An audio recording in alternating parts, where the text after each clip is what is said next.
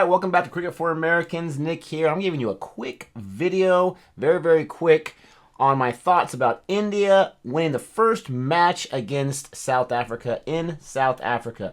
This was a big match. This was a big match for a lot of different reasons. Man of the match, Rahul, we'll get to him in just a second. But this is a place here, Centurion, Super Sport Park in Centurion. This is a place that most teams do not travel in, come into, visit, and beat against South Africa. They don't win those games. They traditionally don't. This is a place that's a fortress. People call it like the Gabba of Australia. And India was able to go in there, and they won this match, in my opinion, without really breaking a sweat. And one of the biggest reasons why they were able to win very intelligently, very strategically, and were able to play these innings the way they did was because of Rahul. And I'll get to him again in just a second. But they won by 113 runs. They got 327 in that first innings, which looked like they were going to get a much higher score because they were at, 272 for 3? And then once again, the thing that kills India, absolutely kills India, whether they're at home or away, is that daybreak stoppage. The next day, the layover to the next day when they are batting. Because too many times, a guy that's doing really well will lose his wicket early on. Rahul, it was 10 or 15 balls, lost his wicket after he had put up a score of, was it 120 even or something like that? He didn't get too many more on that second day. But then you had everyone else and their brother go down, for crying out loud. Rahane, he was doing pretty well. He saw a few more balls. He went down. Pant, 8. Ashwin, 4. Thakor, 4. Shami, 8. Bumrah, 14. Hey, Bumrah was a high-scoring batsman after Rahane there in the lineup, and after, obviously, Agarwal and Rahul.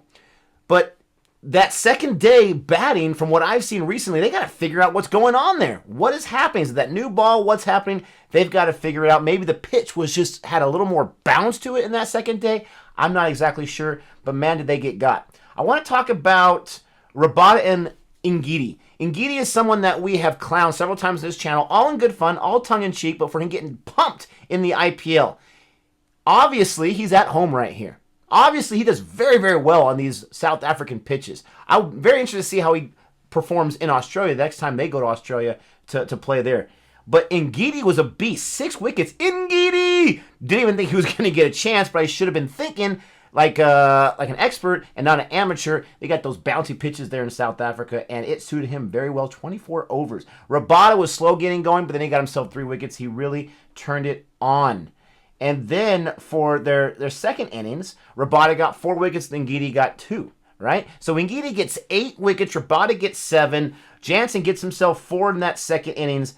Their bowling, and 1 in the first innings for Jansen, their bowling really came together, but it wasn't effective enough on that day 1. It was just day 1. That was enough for them to get got. All right?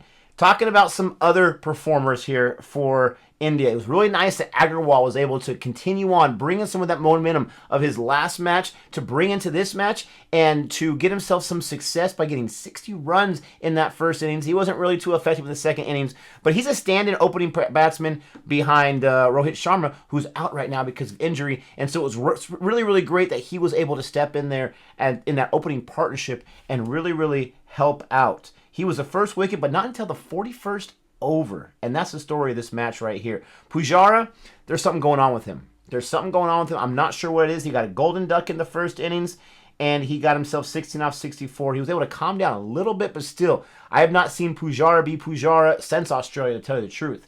And so that's a little troubling.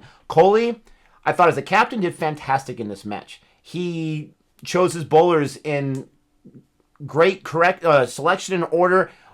9 times out of 10, made the right choice there. He had the fielding placements.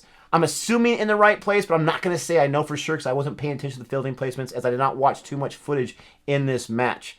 A lot of recaps on this one.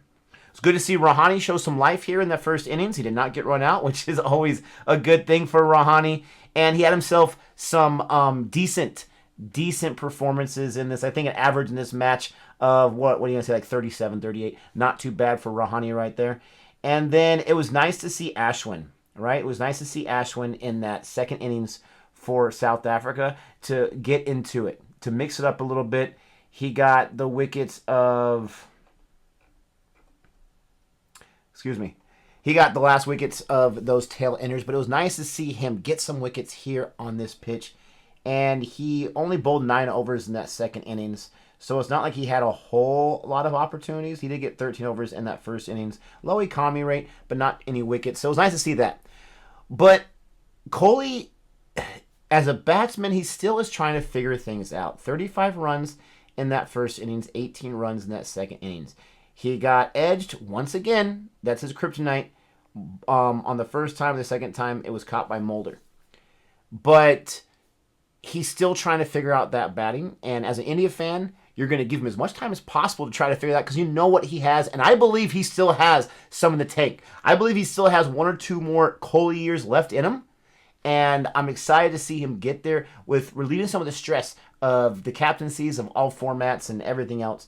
I'm excited to see what he does, but his captaincy game was really, really impressive in this match, and it really helped India.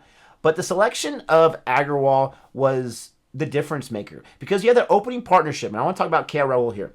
KL Rahul in the opening partnership, 123, Agarwal got 60. They didn't get them all together, obviously, but they went 41 overs almost without losing their wicket. And that puts a lot of pressure. The new ball is now scuffed up and destroyed to a certain degree.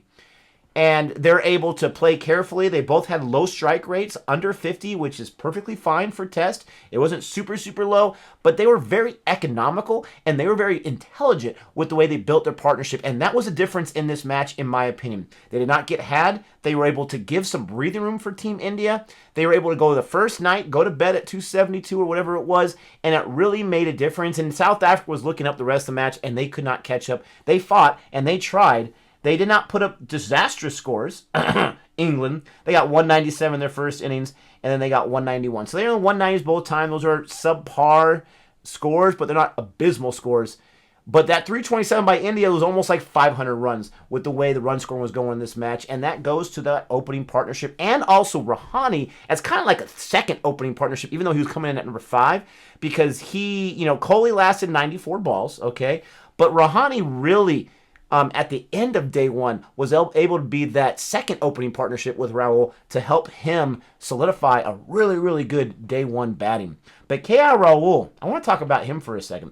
Agarwal, we know, is replacement right now. He's always going to be that guy that's one of the first guys called in to help out, but he's not going to be a guy, in my opinion, that you should consider putting ahead of KL Rahul and Rohit Sharma. I believe KL Rahul has now solidified himself, being the first Asian cricketer, male cricketer in South Africa to win man of the match. That's saying something right there. The first Asian one to do it, and this is after having a brilliant match previously. He's now got some momentum going on, and he's a guy that in test, now he plays IPL. He's amazing in T20 International. He's 5th ranked. He has a high strike. That's interesting. High strike rate in international, not as high in the IPL, but that's a different topic. But KL Rahul should be the consistent, without a doubt, without even thinking about, you're going to mark his name down, Kohli, as your opening partnership batsman in every single test match. I don't care if you're going somewhere or you're coming back, because now he's proven he can play on the fast pitches, he can play the subcontinent pitches.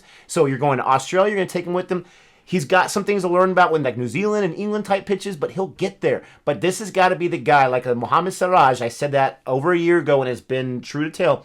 He's a guy that you have to put in there, no questions asked whatsoever. He is the opening partner in the test match, in the test side, with Rohit Sharma. Unless they're injured, we're not messing around with Gill, we're not messing around with Agarwal, we're not messing around with Shaw, we're not messing around with anyone else. It's those two guys, and I believe he's proven that he should be that guy, and he definitely should be that guy. Let me know what you think about that. I'm very interested in your thoughts on that, but very, very impressed, because he was the reason easily why they won that match on the batting side. But on the bowling side, ooh, for India, we talked about South Africa bowling. Look at Shami, Mohammad Shami with his 5-fer, baby. He said, Ngidi, you're going to get a 5-fer? I'm going to get a 5-fer, my friend. And he did. He had a low economy rate below 3. Boomer was very, very impressive as well in the first innings, but extremely impressive in the second innings. Boomer only got 7.2 innings overs of work, in that first innings. Siraj, he's going to always be consistent. He's going to always give those appeals out there, and every once in a while he's going to get those wickets, which I love the appeals. And Lord Thakur had a decent wicket day, but he was back to being super expensive, and he wasn't able to capture that magic with the bat, unfortunately.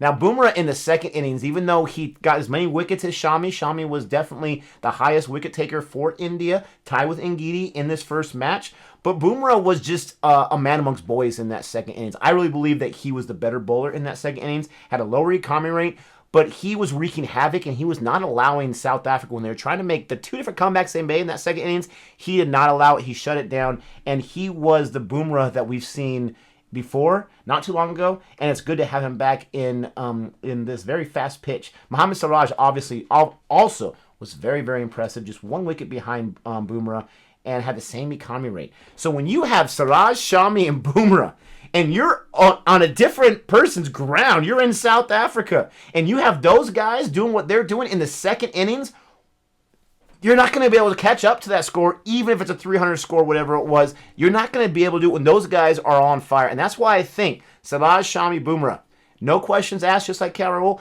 You mark them down if they're healthy, if they're fit, and they're going to be your fast bowlers 100%. And they were the other reason why India was able to win this without breaking a sweat. Rahul, amazing partnership with Agarwal, amazing end-of-the-day partnership with Rahane, and then those three fast bowlers were the difference. And it was amazing. Thakur, 5 overs, had a nice lower economy rate at the end. Those are my thoughts. Please don't forget to like and subscribe. And most importantly, the most important thing, please comment below what you think about this match, what you think about my thoughts. And we're always trying to learn here, so please help me, teach me, and let us know what you think. And with all that being said, let's see if India can make history and win their first series in South Africa for red ball. But with all that being said, until next time, adios.